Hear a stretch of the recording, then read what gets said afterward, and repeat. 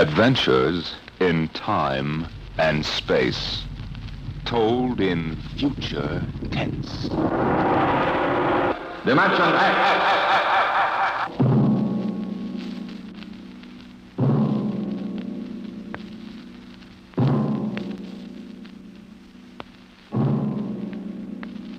Can you predict what will come in 100 years? Or in 10? Or in the next minute? Some people think they can. Nuclear scientists, mathematicians, astronomers, biologists. They'll predict the shape of the future. Why? Because they make the future. Because they see beyond the known dimensions of time and space into the unknown. Dimension X. We go ahead now in time to 1965.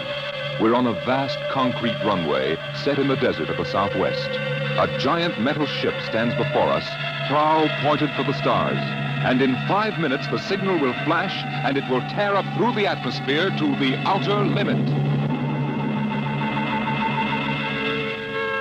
Attention. Attention. Clear field for takeoff. Clear field. 5 minutes, Steve. For takeoff. Warm her up, Charlie. I want to go over procedure again, Steve. Don't worry, I got it straight. You just make sure. Okay. I take her up on jets to 50,000, then I cut in the rockets. No lower, or your tail blast will burn out 3 counties. I climb 4 minutes on rockets, then start maneuver tests. Remember that, no more than 4 minutes. Right. This ship isn't like those strato rockets you've been testing. She's the first one built for outer space. If she works, she can go clear to the moon. If I'd have known that, I'd have brought my toothbrush. Well, not this trip. Now get this, Steve.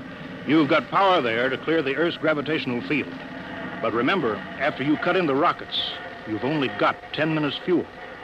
If you go beyond the outer limit and don't save fuel for the return... I know, I won't get down again. That's right, Steve. You'll drift off into space. Get that now. 10 minutes fuel. Gotcha. Now, as far as I'm concerned, this project is a lot more important than that cosmic ray bomb they're testing out in the Pacific tonight.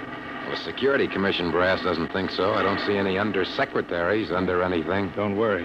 In the long run, our ship will make the CR bomb back-page stuff. But in the meantime, it's just as dangerous. Remember, half the principles in this ship are pure theory, Steve. Slide rule stuff. If anything goes wrong, we may have to scrape you off the landscape with a soup spoon. You have a charming sense of humor. Now, here's what I'm getting at. We're risking your neck in this test. If anything blows, we don't want to have the next man pull the same boner. I know, Hank. So keep your mic open and keep talking. If anything goes wrong, we want to know exactly why. And we won't be able to ask you. Let us know before you pull every switch. Before you do anything. You got that? Yeah.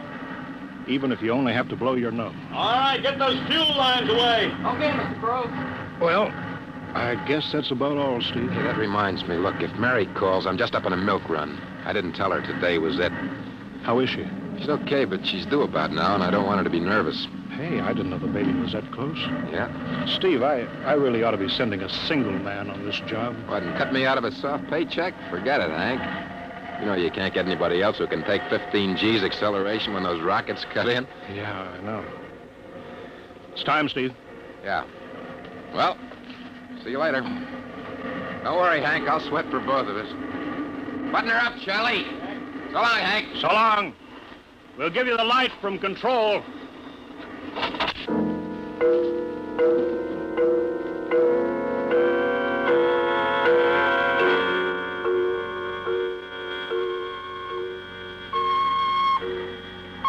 to control. X2R to control. Are you there yet, Hank? Okay, Steve. Got you on the speaker. I'm ready to go. Mr. Hanson. Ready on radar, Sergeant? Mr. Hanson, you better see this. What is it, Elsa? Message center for Steve. Mrs. Weston just left for the hospital. What? Hello, Steve. Yeah. Stand by a minute. Shall we hold the takeoff, Mr. Hanson? What? Oh, yes. No, wait just a minute. It's too late now. You going to tell him? Maybe he's got enough to worry about. Hey, what's holding us up, Hank? Something on your mind? No, it's nothing, Steve. I just wanted to say good luck. Clear for takeoff, Charlie? Right. Okay. Give him the light.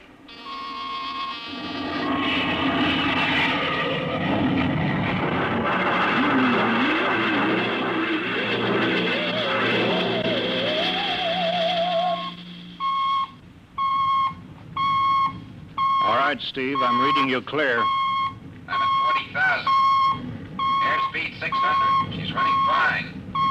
Soundproofing works. There's a third-degree waiver in the AGY pressure. Got that, Charlie? Check. Dead center on radar, Mr. Hanson. 50,000 now. Cutting out the port jet. Now the starboard. I'm off jets. Airspeed dropping. Opening the rocket ports. Switch sticks a little, Charlie. Oxy-alcohol pressure 350. All right, now I'm advancing the ignition key. There goes rocket one.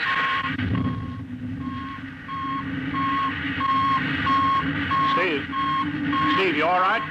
Yeah. Feels like somebody slugged me with a sledgehammer. Airspeed now 1,200. Here goes number two.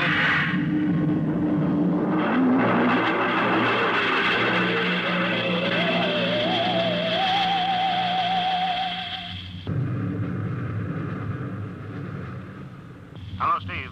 Elapsed rocket time is now 4 minutes. What's your altitude? Over to you. Speed 4,400. Still climbing. Altitude 297 miles. All right, you're at the outer limit. Level off for maneuver test. You've got exactly 6 minutes fuel left. Okay. Starting a 3-degree left bank. It's a little sluggish. There, it's all right now. There's a low vibration someplace. Maybe the cockpit hatch. Now I'm straightening out. 5 minutes fuel left. Now I'm starting a 3-degree Hey! What's the matter? What's wrong? There's something up here. Something shining. What are you talking about? There's something above me, Hank. I'm going to chase it. Steve, you're at the outer limit now. I can see it plain now. Steve, don't go any higher. You've only got 4 minutes left. You've only got... Getting static. I can't hear you, Hank. It's dead ahead now. Going to make a pass at it. Get a good look. Hey, it's swerving to meet me. It's dead ahead now. It's dead ahead.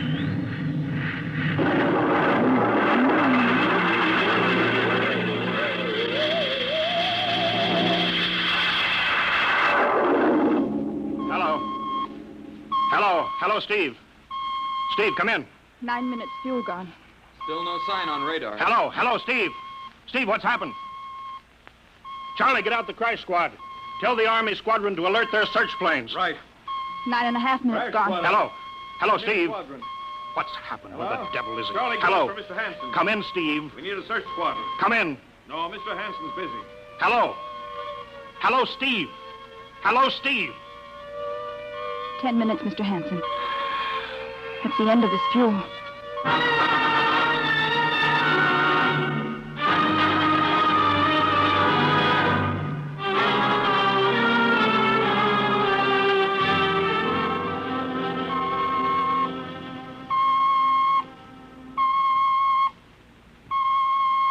How long's it been now?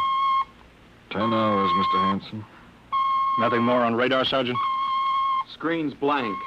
Colonel Corelli called in. Search planes are back. He didn't find anything. Should be some trace. Couldn't have bailed out, could he? You don't hit the silk at 4,400 miles an hour. Either went past the outer limit, ran out of fuel. Something blew, and we'll find the pieces scattered from here to the coast. Why does it have to be the best man? Always the best man. I'll get it. Control. Charlie, Yes, I'll take it. we've got to figure out what was wrong. All right, I'll tell him. Something Right. must have blown. Mr. Hanson. Yeah? There's a message from Northside Hospital for Steve. Well, what is it? Mrs. Weston's fine. It's a boy. Thank you, Elsie. It's a boy, Charlie. Oh. Fine. It's a boy. He didn't even know she went to the hospital. How am I going to tell Mary that? Wasn't your fault, Mr. Hanson. Ship had to be tested. Yeah, we'll build another one, and some other flying fool will shoot past the outer limit into space. Oh, I'm getting old, Charlie. You can remember when I used to take them up myself. Now I've got to send other men. It's a job, Mr. Hanson. Now I'm afraid. Every time I hear a jet go off, I jump. Every time I have to send someone up in a new model, I start to sweat. Mr. Hanson. Yeah? I think there's something on the radar. No flights scheduled in, are there, Elsie? We have the whole day cleared. It's coming in behind us. Here it comes over the building. What crazy jockey is buzzing the field like that? Is that an Army plane, Charlie? I can't see. It's turning. Charlie, alert the field. I know that engine. It's Steve. That's impossible. Look, that's his ship. It can't be. Well, there's no other model like that. It's Steve, all right. It's coming in. Thank God. Thank God.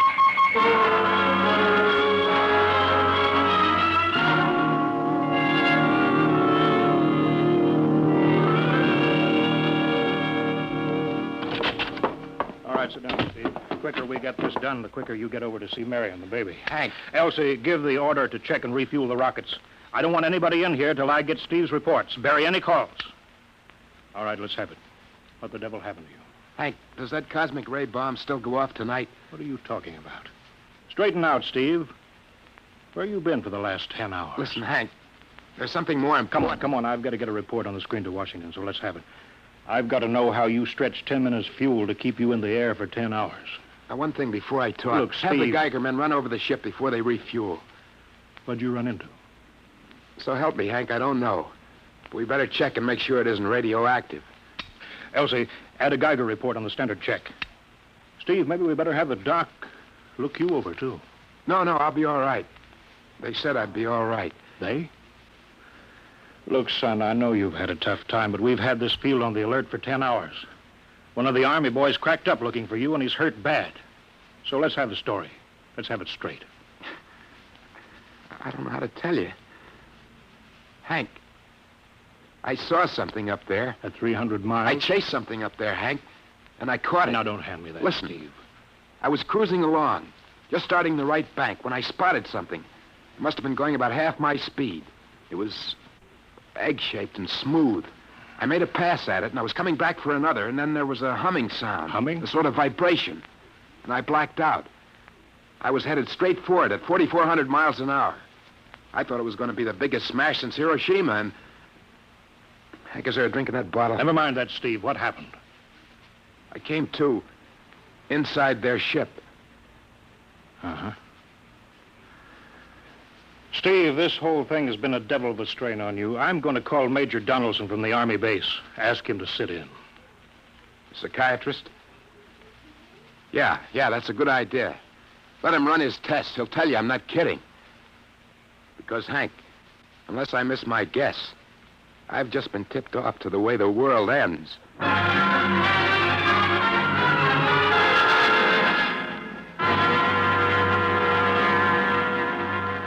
All right, Mr. Weston, suppose you continue your story. Yes, let's have it, Steve. You woke up inside the ship? Yes, and the place was jammed with machinery. Dials, blinkers. I couldn't recognize anything. And you were surrounded by these men from Mars? I didn't say anything about men from Mars. I didn't even say they were men. I couldn't see them clearly. They were just there. Where did they come from, then? Another galaxy. Millions of miles outside of our solar system. That's all I know. You figure out where they came from. And they came all that distance to find the Earth? Yes. Did they tell you that? Yes. You mean they spoke English to you? No, they didn't. That's funny. Hadn't thought. They didn't really speak to me at all. They just planted the thoughts in my mind. You mean thought transference, telepathy? Yes, that's right. Well, Steve, what brought them here? We did, Hank. We rang their bell. We brought them in. Well, how? With our atomic explosions. Hank, that's why you've got to stop that bomb test tonight.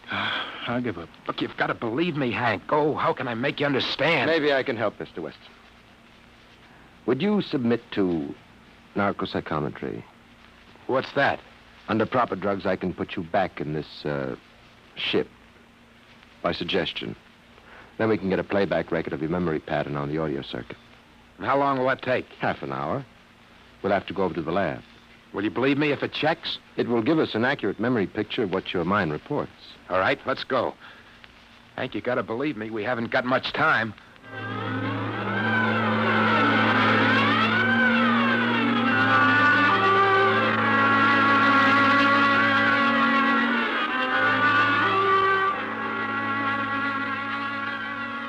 You should be getting drowsy now. Count backwards from 10.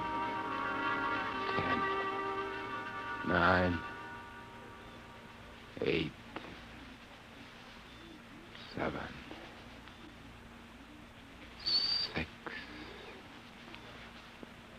6.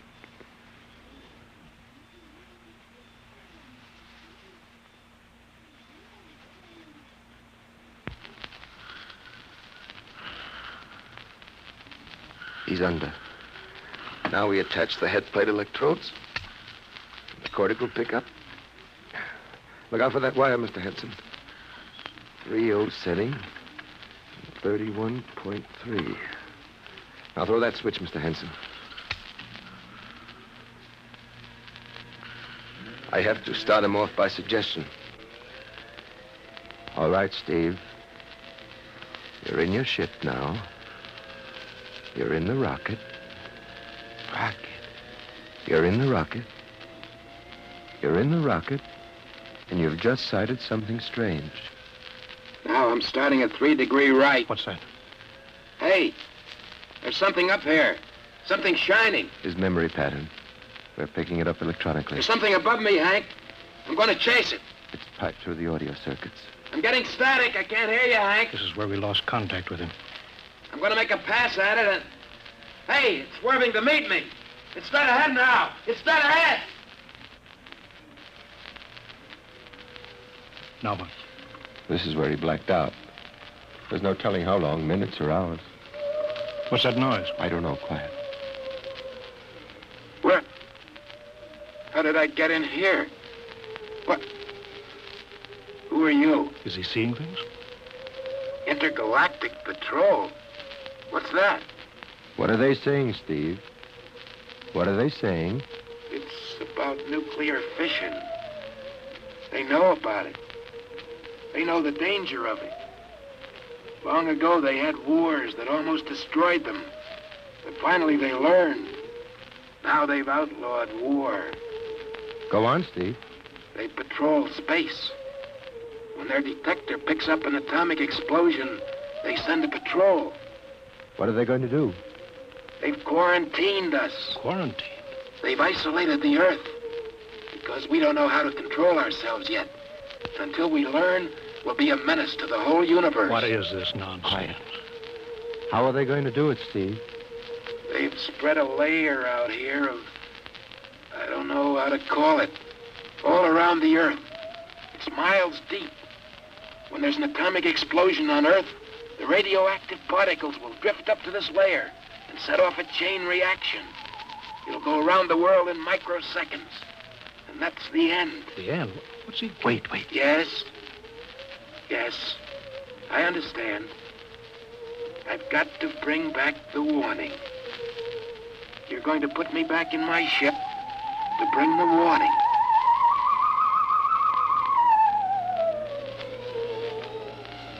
Now what? Blacked out again. I guess that's all. What does all that mean? It's what he remembers. You don't think that really happened? No. Narcopsychometry circuits produce what he remembers. It just means that Steve believes this happened. I don't like to see this. I've seen too many top pilots snap. Steve is the best I've known. How bad do you think he is?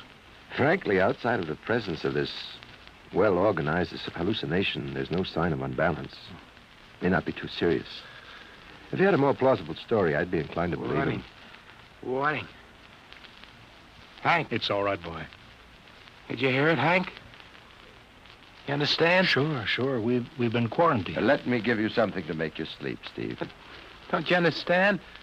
They fixed it so that if we set off one more nuclear explosion, that'll be it. Of course. Don't roll your sleeve down. You don't believe me. Now, take it easy, Steve. But the test tonight. They're setting off the CR bomb. Hank, what time is it? 11:20. Well, it's scheduled for midnight. Hank, we gotta stop that bomb. Steve, let Donaldson give you the hypo. Hank, you've gotta believe me. I saw them. I got the warning. If we touch off that bomb tonight, it'll be the biggest galactic 4th of July of all time. The whole Earth will go up like a Roman candle. April 10th, 1965, the end. Now, look, Steve, you better calm down. Don't you want to see Mary and the baby? You've got a new son, remember? Yeah, that's just it, Hank. I want to see my son. I want him to live. If that bomb goes off... Hank, we've got to stop them. Mr. Hanson, I think we'd better get over to the base hospital. Hank, you've got to believe Yeah, me. sure, Steve. Maybe there is something to it. Look, it's out of your hands. I'll put it in a report and shove it into Washington in the morning. In the morning? There isn't going to be any morning, Hank. Don't you understand? You've got to call Washington now. Get the head of the Security Commission and postpone that test. Now, you know I can't do that, Steve. My neck would be out a mile. Besides, this is 1965, not 45. 20 countries have atomic bombs now. What's the use of stopping just this one? The rest will keep right on popping them Well, then off. we'll have to call an international conference. Can't you understand, Hank? The first one that goes off finishes us at the end. They've given us the quarantine warning. Steve, I think you'd better go with us to the base hospital. Look, Steve, we can call up for a detail if we have to. All right, all right. I'll go with you. You don't need a straitjacket. That's the way, Steve. You'll probably feel better by morning. Let's go.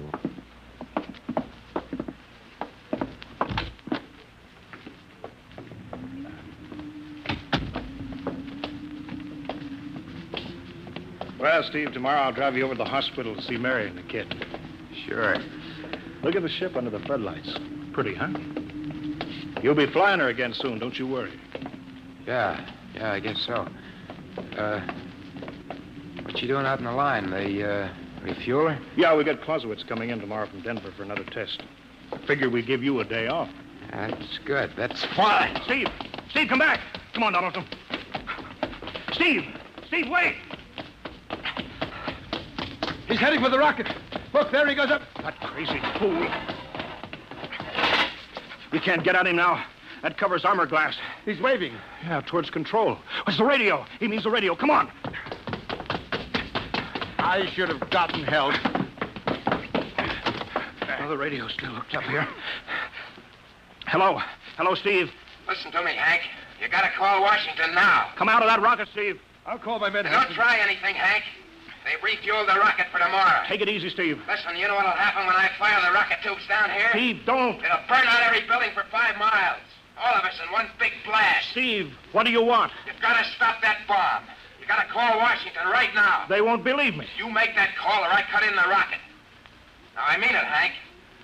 Now, hook my screen to yours in parallel. I want to see exactly what you're doing. All right. Just don't fire those rockets. Get going, Hank. You got 12 minutes to make that call and stop that bomb. All right, I'm making the parallel hookup right now. Donaldson, you think he'll really blast? I don't know. Up to now, I'd almost say he was normal, but now he's liable to do anything, Hanson. Steve, there, you getting it on your screen?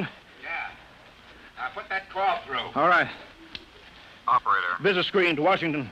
the Visiscreen circuits are busy, sir. If you'll try again in half an hour. This is Security Commission priority. Break in, get me a line.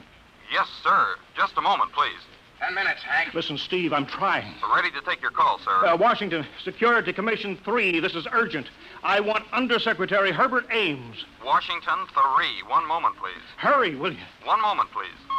What time is it, Donaldson? 11:51. Do you think he'll fire those rockets? He might.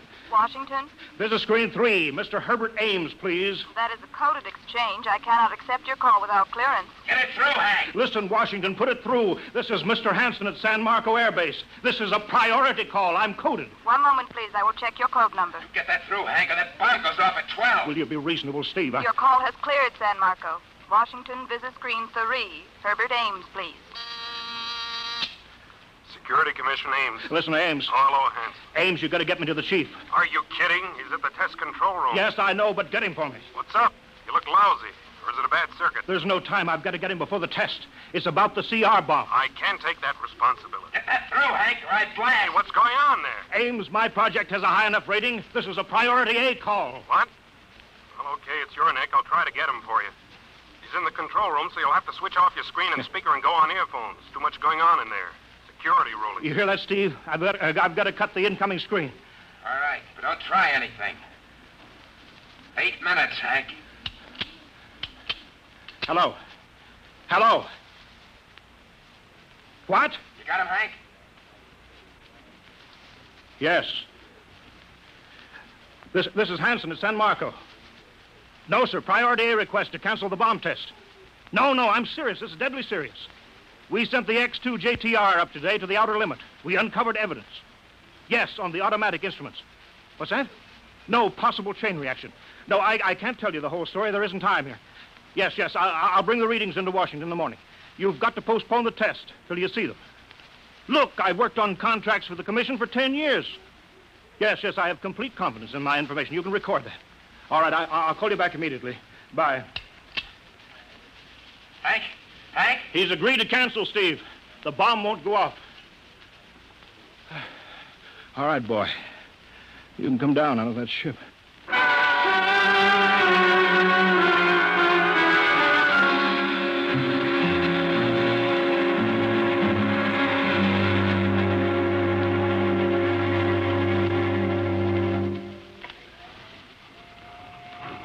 He's opening up. Here he comes. All right, Steve. Come on down. Sure, Hank. Just a second. Hank, I was scared. I was plain scared. Easy now. It's all over. The bomb won't go off. Thank God. Look, I want to see Mary and the baby. Can you get me transportation now? Oh, wait a minute. It's almost 12. They won't let you in the hospital now. I want to see the baby. Sure you do, but you've been under a strain. I've got a shot for you here, Steve. Give you a good night's sleep. All right. Roll up your sleeve. Yeah, here. There, that'll make you sleep. Sergeant will find you a bed. Yes, sir. Come on, Mr. Weston. Okay. Good night, Hank. I'm kind of beat. It's been a tough night.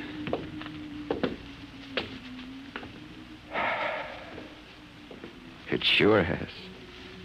I thought for a minute he was going to blast those rockets and send us all to Kingdom Come. Yeah. Quite a stunt getting the ray bomb test called off. It isn't called off. But the chief said... Ames couldn't get the chief. I was talking to a dead circuit. Bomb goes off in a couple of minutes. Oh. Poor Steve. He was one of the best. He was the best. 1 in 10 million. Some story of his, poor guy. For a while, he almost had me believing that quarantine. That's a very common delusion. End of the world. Yeah, I suppose so. Ah, it's a nice night. Never saw the stars so bright. We better be getting in. That wind is cold. Well, the bomb goes off in 30 seconds. Poor Steve. You know, Hanson, there's just one thing. Yeah? It's outside my field, but I'm curious. How did he keep that ship in the air for 10 hours with only 10 minutes fuel?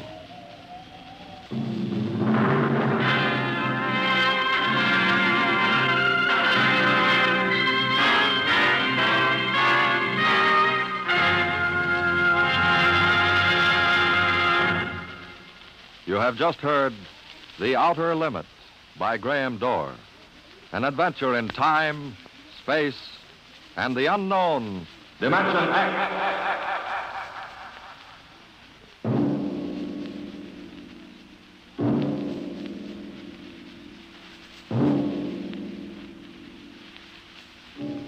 Now, about next week. Have you ever heard of the Mark III? The amazing electronic brain at Harvard that instantly solves the most complicated scientific problems. Suppose you had a mechanical brain like that in your house. A robot that was always at your service, so that you could just sit with folded hands and relax the rest of your life. That would be nice, wouldn't it? Perfect. That's what they thought when it happened in the year 2006. But they were wrong, terribly wrong. How? I'll tell you next week. Tonight's story, transcribed on Dimension X, The Outer Limit by Graham Dorr, was adapted for radio by Ernest Kenoy. Featured in the cast were Joseph Julian as Steve, Wendell Holmes as Hank, and Joe DeSantis as Major Donaldson.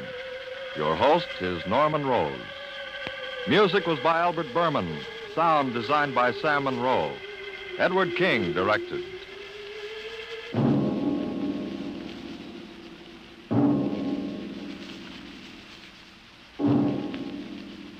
Tomorrow, here's Sam Spade. Now it's Truth or Consequences on NBC.